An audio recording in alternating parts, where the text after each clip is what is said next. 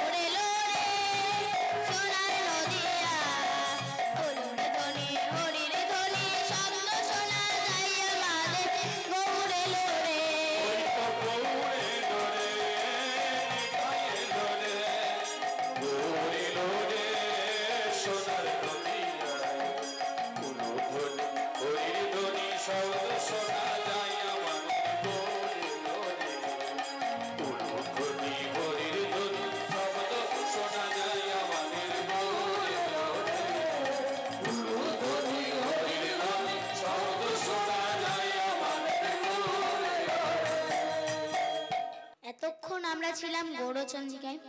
এবার গৌড়চন্দ্রিকার পথটি অতিক্রম করে মূল লীলায় প্রবেশ করব। মূল লীলায় প্রবেশ করতে হলে আমাদের মনকে নিয়ে যেতে হবে শ্রীধাম বৃন্দাবন। চলুন একসাথে মিলে আমরা বৃন্দাবনে যাই। কিভাবে?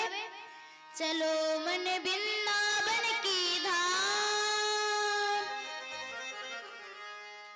लेके राधा राधा नाम, मिलेंगे कुंज बिहारी, मिलेंगे बंसीधारी। चलो मन वृंदावन की धाम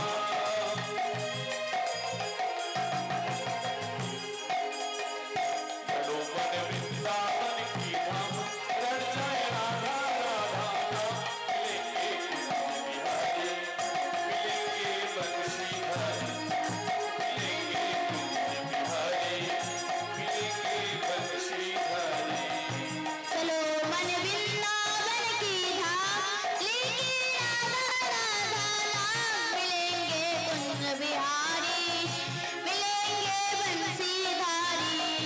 चलो वृंदावन की धाम बोलेंगे राधा राधा नाम मिलेंगे बिहारी ओ मिलेंगे बंसीधारी ओ मिलेंगे बिहारी मिलेंगे बंसीधारी।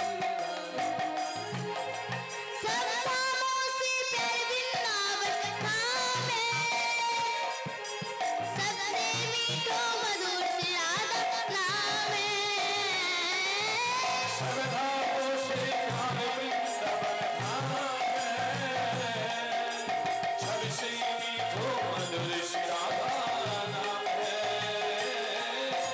सब धामों से प्यारे वृंदावन धाम है, सबसे मीठो मधुर से राधा नाम है।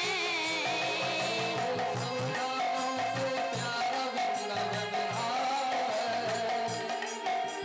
सबसे मीठो मधुर से राधा नाम है।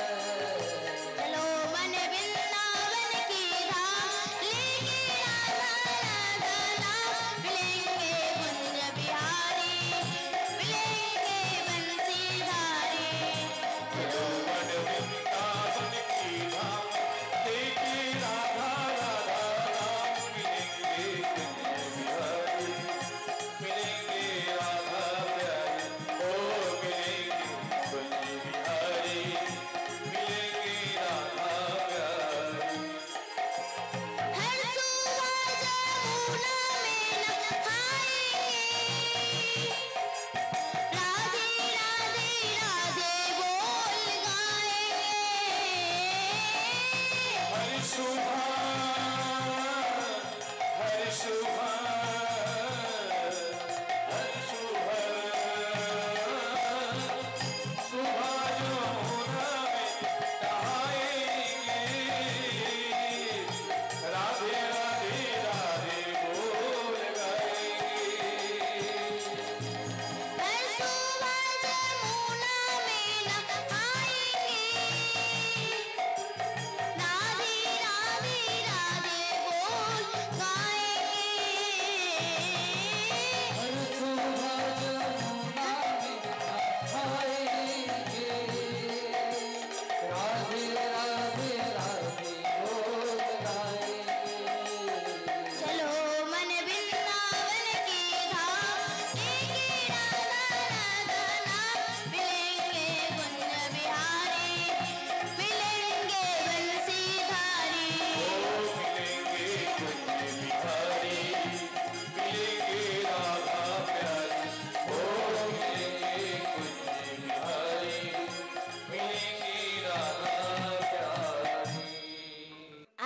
আমার ভজনের প্রতিপাদ্য বিষয় হলো ভক্ত সুদামা। বৃন্দাবন ধাম বিদর্ভ গ্রাম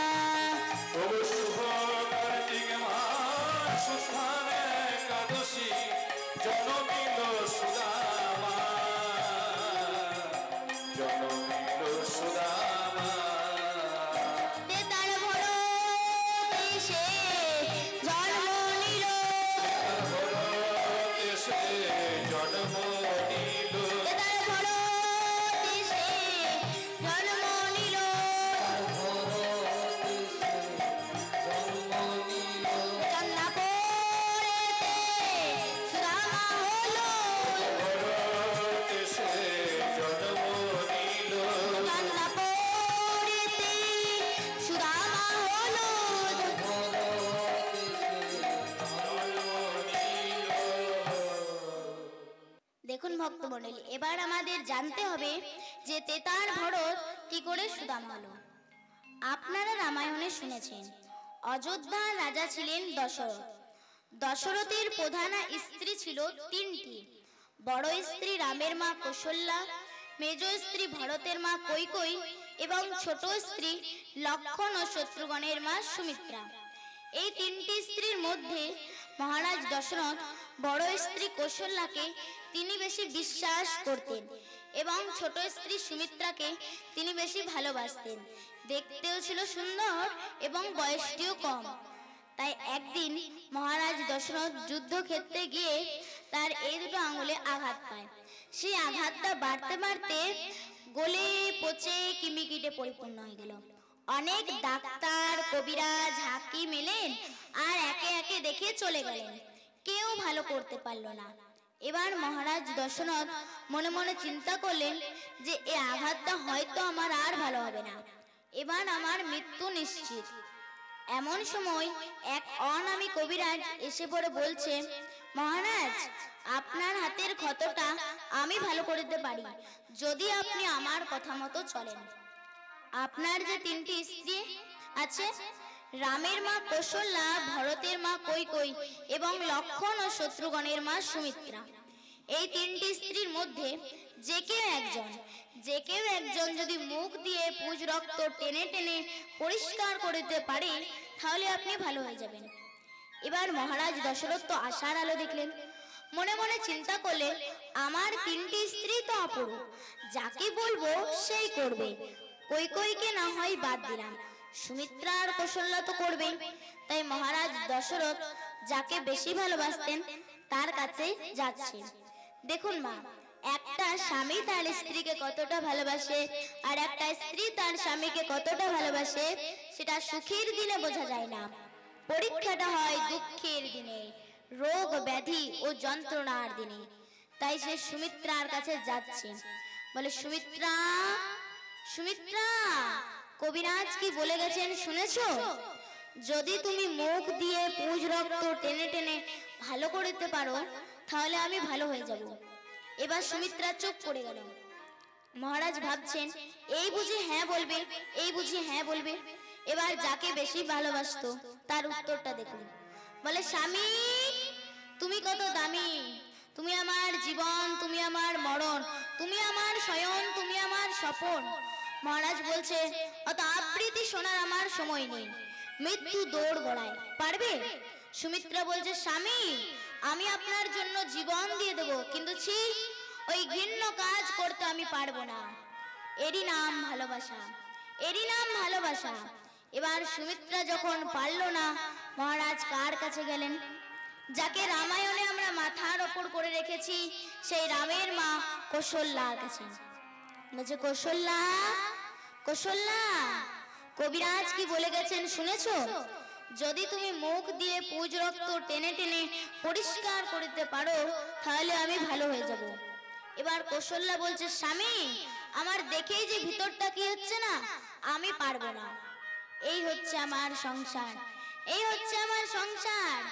সুখেরও লাগিয়া ঘর বাঁধিনু, অনলে পুড়িয়া গেল, অমিও সাগরে স্নান করিব বলে সকলই গড়ল হইল। চণ্ডীদাসের কথা মা। এবার কৌশল্যা যখন পারল না, মহারাজ দুঃখে নিজের শয়ন কক্ষে যেতে লাগলেন। হঠাৎ এমন সময় পেছন থেকে কৈকেয়ী মহারাজের চরণ ধরে বলছে স্বামী আমাকে বললেন না? জানো স্বামী, যখন তুমি ওদেরকে বলছিলে তখন আমি ভাবছিলাম যে ওরা যদি হ্যাঁ বলে তাহলে স্বামীর সেবার সুযোগ হয়তো আমি আর পাবো না। তাই আমি মানি, আমি জানি আমাদের এই সধবা স্ত্রীদের অহংকার তাদের স্বামীর দেওয়া ওই লাল টকটকে সিঁদুর। তাই স্মৃতির সিঁদুরটা রক্ষা করার জন্য আমার যদি জীবন দিতে হয় আমি তাও দেব স্বামী।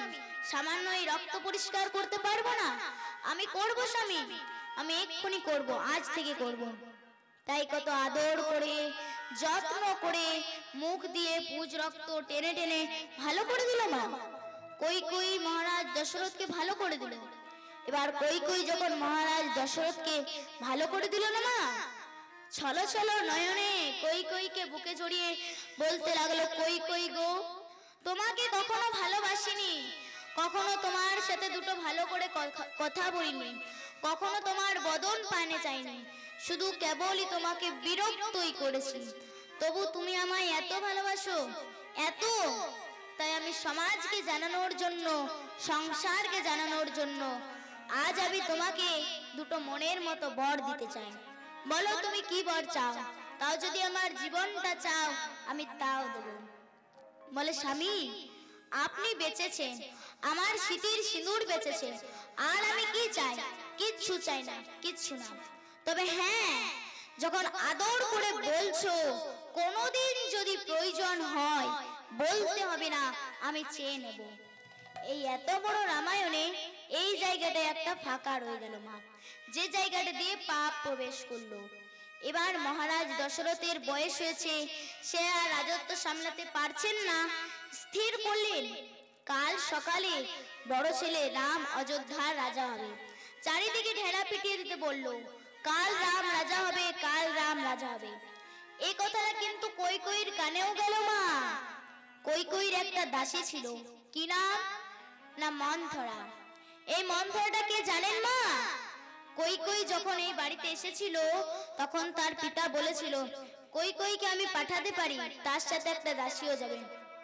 ও ছোট থেকে ওকে মানুষ করেছে, ও সব জানে বোঝে, তাই কৈকেয়ীর সাথে একটা দাসীও এসছে। মন্থরা বলছে, কৈকেয়ী শুনেছো খবর? না কি খবর? ভরত নয়, লক্ষণ নয়, শত্রুঘ্ন নয়, তোমাদেরই বংশের, এই তোমাদেরই বংশের বড় ছেলে রাম অযোধ্যার রাজা হবে। ওমা তাই নাকি গো? কৈকেয়ীর গলায় একটা মুক্তোর মালা ছিল, সেটা মন্থরার গলায় পরিয়ে দিল। দেখুন মা, কত ভালো মন। কিন্তু মনে রাখবেন, মেয়েদের শত্রু কিন্তু মেয়েরাই, ছেলেরা নয়। কেন? কানে কুমন্ত্রটা মেয়েদেরকে মেয়েরাই দেয়। তাই এবার দেখুন মা, কৈকেয়ীর মনটাও পাল্টে গেল। তাই এবার মন্থরা বলছে, কৈকেয়ী রাম রাজা হবে, তাতে তোমার কি? রামের মা কৌশল্যা, কৌশল্যা তোমার কে? সতীন। ওই সতীনটা যখন রাজমাতা হবে, তাহলে রাজমাতা হয়ে যখন তোমার মুখের সামনে ছড়ি ঘোরাবে, সেটা কি তোমার ভালো লাগবে যে আমাকে বকশিশ দিচ্ছ? তাই এবার কৈকেয়ীর মনটাও পাল্টে গেল। তাই সে মহারাজের কাছে গিয়ে পড়ে বলছে, স্বামী স্বামী। বলে, কৈকেয়ী তুমি আসো আসো বসো। বলে, স্বামী আপনি বলেছিলেন না আমায় দুটো বর দেবেন, আমি বর দুটো এক্ষুনি চেয়ে নেব। বলে, বলো তুমি কি বর চাও? কাল তো আবার রাম রাজা হবে, অনেক ঝামেলাও আছে। বলে, আগে গঙ্গার জল নিয়ে 3 সত্যি করুন। এবার গঙ্গার জল নিয়ে 3 সত্যি করালেন। মহারাজ দশরথ তখনও কিন্তু জানতো না যে তাকে আজ কি দিতে হবে। এবার কৈকেয়ী বলছে, শোনো স্বামী,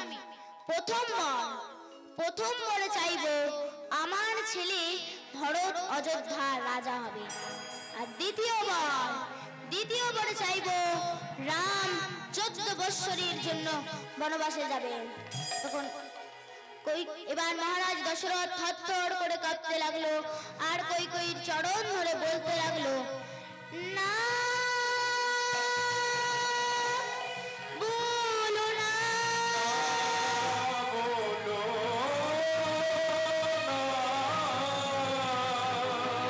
কৈকেয়ী তুমি এমন কথা বলো না, কথা বলো না, আমি কি করে বলবো রাম তুই বনে যা।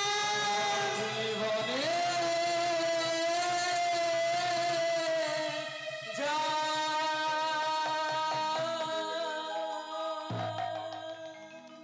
দেখুন মা, পাশের ঘরে ছিল রামচন্দ্র। রামচন্দ্র কিন্তু সব কথাই শুনতে পেয়েছে।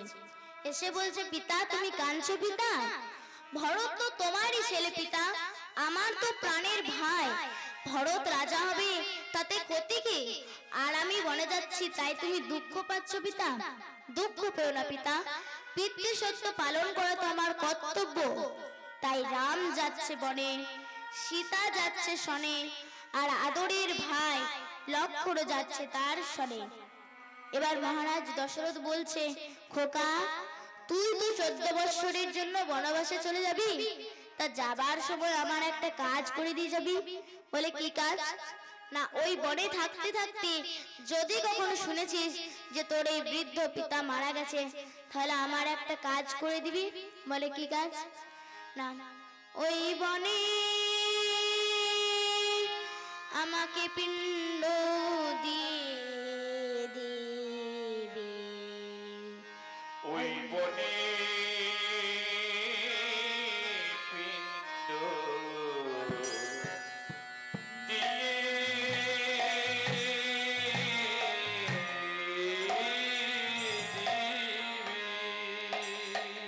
ওই বনে পিণ্ড নাম দিয়ে দিবি।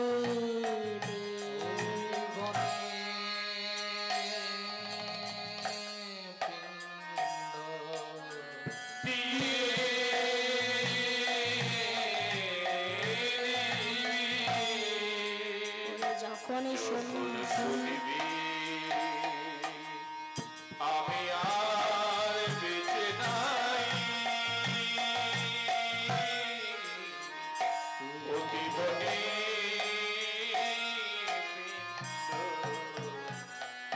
পিণ্ড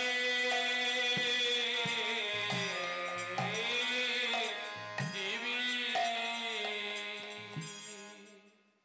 তাই রাম গেল বনে, সীতা গেল শনে, আর আদরের ভাই লক্ষ্মণও গেল তার শনে। দেখুন মা, কই ভরতকে রাজা করতে চেয়েছিল, কিন্তু ভরত সেই সময় ছিল মামা বাড়িতে। ভরত যদি বাড়িতে থাকতো মা, তাহলে তার জীবন দিয়ে দিত, তবু তার পিতৃতুল্য দাদাকে বনবাসে যেতে দিত না।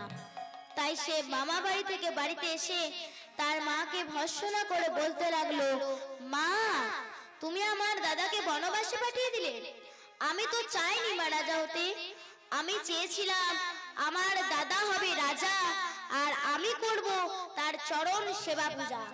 তাই সে ছুটতে ছুটতে পঞ্চবটির বনে গিয়ে তার দাদার চরণ ধরে বলতে লাগলো, দাদা তুমি বাড়ি ফিরে চলো, দাদা তুমি বাড়ি ফিরে চলো। বলে না রে ভাই, আমি আর বাড়ি ফিরে যাব না, কারণ আমি যদি বাড়ি ফিরে যাই তাহলে আমাকে বলবে রাম সিংহাসন লোভী। তুই ফিরে যা, মা বাবাকে দেখিস। শুধু হাতে ফিরে যাব দাদা, শূন্য হাতে? এখন তো দেবার মতো তোকে কিচ্ছু নেই ভাই। এই দেখ রাজবসন ত্যাগ করে এসেছি, ভিখারি রে। দেবার মতো আছে আমার চরণ পাদুকা, নিবি? তাই দাও দাদা, তাই দাও। সেই চরণ পাদুকা দুটি মাথায় নিয়ে গিয়ে সিংহাসনে প্রতিষ্ঠা করে নিজে নিচে বসে রাজ্য শাসন করতে লাগলেন। যখনই কোনো রাজকার্যে যেত, তখনই তার দাদার দেওয়া ওই চরণ পাদুকা দুটি প্রণাম করে বলতো, দাদা আমি আসি, হ্যাঁ আশীর্বাদ করো দাদা। এইভাবে যখন 1 2 3 করতে করতে 14টা বৎসর পেরিয়ে গেল। যখন 14টা বৎসর পেরিয়ে যাওয়ার পর রাম যখন বনবাস থেকে বাড়ি ফিরে আসছে, বাড়ি ফিরে বলছে, আমার ভারত কই, আমার ভারত কই। যখন খুঁজতে যাচ্ছে তখন দেখছে সিংহাসনে ভরত বসে নেই মা, সিংহাসনে বসানো আছে তার দেওয়া চরণ পাদুকা। তাই সে হাও হাও করে কাঁদতে কাঁদতে তার ভাইকে বুকে জড়িয়ে বলতে লাগলো, ওরে ভাই তুই যে ত্যাগ করেছিস, তুই যে কাজ করেছিস, এ জগতে এ কাজ কেউ করে না। আজকে 1 হাত জায়গার জন্য কত মামলা, কত মকদ্দমা, আর তুই 14টা বৎসর সিংহাসনে বসবার সুযোগ পেয়েও বসিসনি। তাই তুই যে ত্যাগ করেছিস, তুই যে কাজ করেছিস, আগত দাপর যুগে আমি হব ভগবান শ্রীকৃষ্ণ, আর তুই হবি আমারই প্রাণের প্রাণ সখা, তোরই নাম হবে ভক্ত সুদামা। তে তার ভরত